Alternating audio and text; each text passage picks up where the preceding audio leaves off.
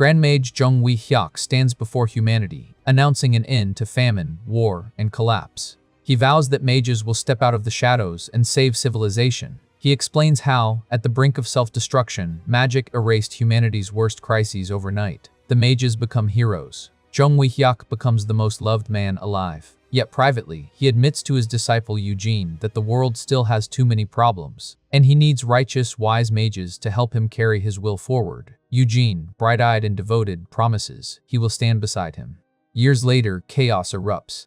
A terrified girl collapses as some grotesque curse turns her lower body to veined stone. A massive hand touches her head. The veins spread. Her cries turn desperate, begging for another chance, then silence. Her master watches in horror, mind reeling. The rumor was real. The urban legend whispered about mages being hunted, wrecked and mangled by bizarre magic. The one stain on Grand Mage Jung Wee-hyuk's perfect legacy, his discarded disciple. The master recognizes the figure.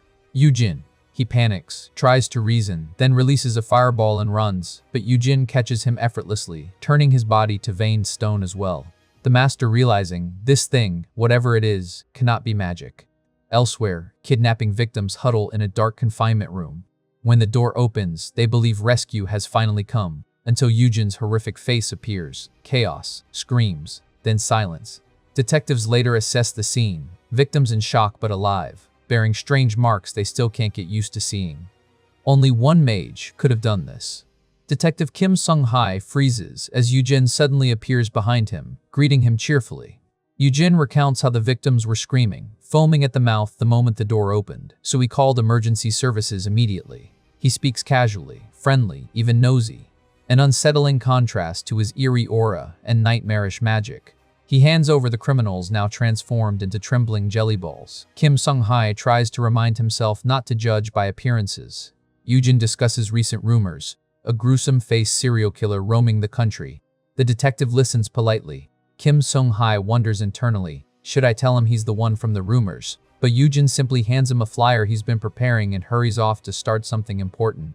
A narration explains how magic became woven into every part of society: food, medicine, safety, even weather. Yet mage numbers are critically low.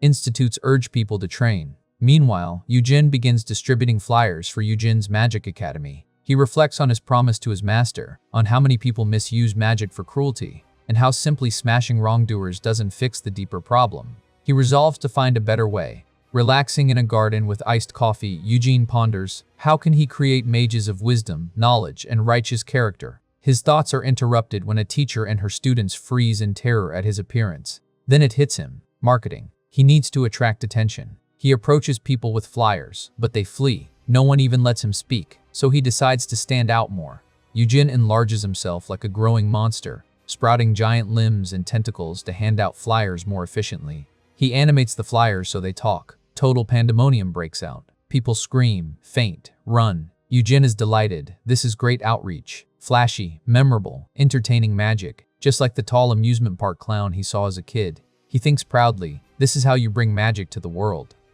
A sudden blast of fire explodes against Eugene's head. A veteran combat mage, Director Choi Yi-suk of Prime Mage Academy, arrives and declares the serial killer monster subdued.